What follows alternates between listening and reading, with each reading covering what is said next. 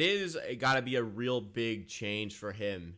Like, I guess any athlete to come in as a young player looking up to your vets and then becoming that vet and becoming the sole kind of reason for any sort of success. Because, like, Pascal has always really had Lowry, he's had Kawhi Leonard, he's had DeRozan. So, if he underperforms, and there's everybody else being there. But now it's a case of, okay, if Pascal underperforms, the whole team is screwed.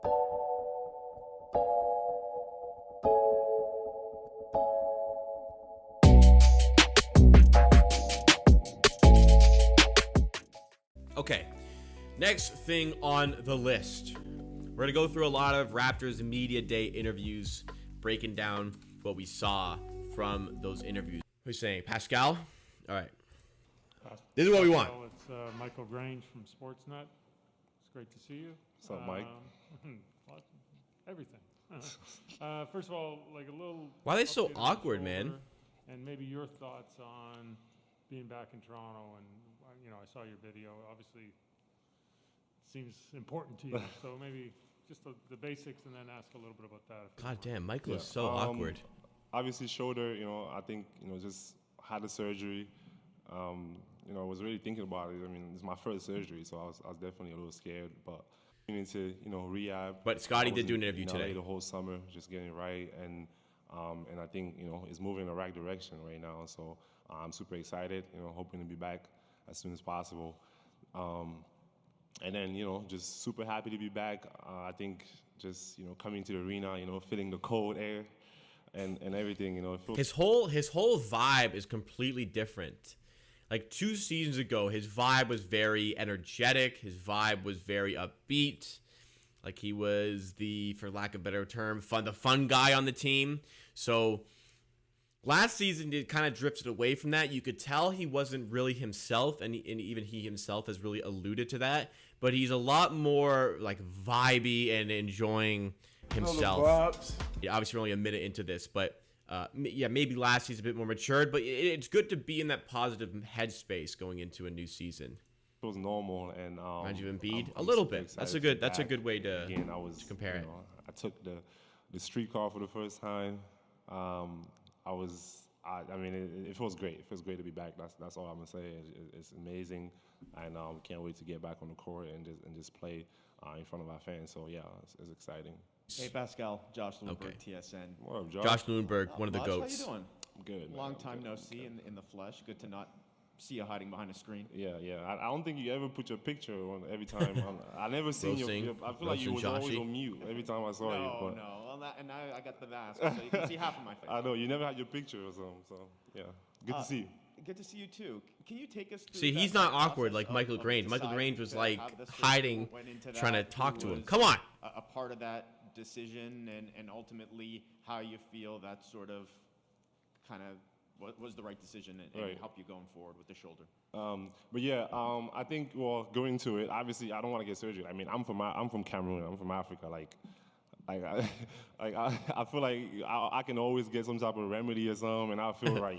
Like that's the feeling I had. I didn't want to get a surgery, and surgery's good. It was my first surgery, so I was super scared about it. I talked to my team, my agent, and everyone. It was just like, that was like kind of like the only choice I had. It was either, you're trying to play every season, hoping and being scared that, you re-injure it, or you just take care of it and you feel better for the rest of your career. So I think that was an easy decision once. Remedy all day. Well, I really thought about it. And as Pascal Siakam alluded to, if it's a case of possibly re-aggravating it or not, definitely take the surgery. Surgery definitely works in most cases. I was really skeptical about it, but at the end of the day, it was the best decision. I feel like, I'm feeling good. And I'm hoping, to these jackets are. Get back I need one of these jackets. See, look at this dude. They got this dude just awkwardly hovering over him with a microphone. They couldn't do better than that. Give us a long, involved, nuanced discussion of what your role. Maybe they can't hand them the microphones. They don't want to do all the touching and stuff. Last year, all right. Because of the presence of Kyle Lowry and how strong a willed person he is. Can you walk us through that, and how does that change now that Kyle is gone? I think obviously for me coming in as a young kid, we had, it was Kyle's DeMar, right? Like this was Like, bench we mob looked up to these season, guys, man, and that these was fire. The guys that we saw as take us where we were supposed to go, and I think for me, just coming in a year where there was COVID, and it got to be a real big change for him. Like I guess any athlete to come in as a young player, looking up to your vets, and then becoming that vet and becoming the sole kind of reason for any sort of success, because like Pascal has always really had Lowry, he's had Kawhi Leonard, he's had DeRozan. So, if he underperforms, and there's everybody else being there. But now it's a case of, okay, if Pascal underperforms, the whole team is screwed. You have to perform, or else the team is not going to perform to expectation, because you are the man, you are the best player. And everything happening, trying to figure out my role and trying to figure out where I fit in, in the team. Like knowing There's what no to say doubt. There something or can't be not, any doubts about where he fits in the team now. I just feel like, again, obviously, like Kyle is such a natural leader, and his presence definitely felt. And for me, again, coming as a young kid, we look up to these guys, and I think for me it was just kind of like understanding where I stand or where my position was. But and now I think that obviously with Kyle gone, now it's like there's no questions, right? Like it's like absolutely. I remember we had a conversation with Masai, and it was me, OG, it was Fred, and it was like, everyone else is gonna be young or either like haven't been here. You guys are the people that it is a big change up to go be wherever you guys take us, and I think that like the older guy, be the veteran that people are looking up to, rather than vice versa. And just me, kind of like there's no way to really prepare for it. You just got to kind of throw yourself in there and be the guy. Because like I don't really even like using that. I want to be the guy who wins. Like I want to win. Like that's all I care about. And if it's playing more defense, if it's scoring more points, if it's being like more of like a vocal leader, or maybe more like someone that just like a leading by example, like that's what I want to do. Like I just want to figure out what my role is and whatever I can do to help the team. Your role is number one player. Give you the damn ball. Go put the ball in the basket. That's all you got to worry about, pal. I think it's going to be a process, and I'm growing. I think I'm growing, and I'm definitely getting better. Trying to understand, what, like picking my spots, and then I think obviously, we have Fred and OG. It's like different personalities, and again, very different personalities. Process, but I'm super excited about it. Like, it's just, I remember we went to dinner in Vegas, and I'm like sitting there, and I'm like, damn, like I feel like I'm the oldest here. Like it was weird, like is a weird feeling I never had before. So yeah, it's gonna be a process. What is he? 28? Is he the oldest? No, Goran Dragic's there. Other than that, like, how old's Ken Burch? Is probably around the same age. So he just asked Pascal Siakam if he's just gonna completely forget about the previous season and whatever just happened. I can translate this. It's actually a good question. So he asked if Pascal Siakam was just gonna completely forget about the previous season.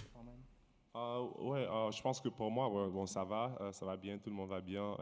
Well, he also asked how he's doing, and he said he's doing well. Bien sûr, he's going to come back from the injury when he can. Mais he's working hard to get better. C'est pas facile d'oublier en fait, tu vois. Donc, so it's difficult to forget last season. So he basically said like the hardships that you face in life, like it's just part of your life. So you can't really forget about things like that. I feel like I obviously his French is pretty good. I don't know if it's his first language. It doesn't sound like it's his first language, honestly. What do they speak in Cameroon? The way he's talking. So he said there, you have to find a balance of, the good things and the bad things. The bad things you obviously want to forget about, but you have the good things as well. But you have to find a balance of, the good things and trying to forget about the bad things, but also kind of growing from those bad things. So he said he has to manage what he has to remember from the bad things, what he needs to take with him, and what he needs to forget. In your rookie year, your second year, I remember everybody talking. How do you become one of these guys? I want to go to one of these. High energy, both on and off the court, running the court. So where does a young Scotty Barnes rank next to a young Pascal Siakam? Yeah, I think. So I was in practice, and I think it was like we're doing physicals, and I was walking down the hallway, and like he was trying to like give me one of those like high jumps like we do in the game. I'm just walking to the facility, and he's trying to it's like someone hit a game winner or something. So I think he's just an excited kid, man. Where does Scotty Barnes find all of this energy? He has great presence about him. Unbelievable. That's gonna be it's really fun to see. I don't know. Imagine that scene. Pascal's just calmly walking to energy, you know, like just a workout, and Scotty Barnes always bolts excited. up to him and fucking like It's jumps great up to with see. his shoulder cocaine. He's on that Daryl Morey stuff, man. Stephen Lung, Sportsnet, over here. It's great to see you. Good to see you. You mentioned Scotty, and you mentioned how like when you first came in, like you really looked up to Kyle and DeMar. Like I imagine Scotty probably looks up to a person like you. Yes. How does that make you feel? Like, is it a little strange? Like you mentioned how like you're the veteran now, right? So Yeah. like, how does that all make you feel? Yeah, I think Drake said like it's also still young, feeling like an OG. I don't know, like I'm like it feels like I Quoting said Drake, earlier, like it pretty feels impressive. weird just being that. I don't know if it's position, correct but quote. I don't again, like Drake that much, it's just but a testament to the amount of work that I put in, or you know, and being in that position, and That's true. It'd be an honor, you know, to have like the young guys come in and looking at me, and hopefully, you know, seeing like my passion and dedication, you know, for the team and also for my craft, like you know, like hopefully makes them, you know, want to do, you know, have their own journey and you know, want to be the best that they can be.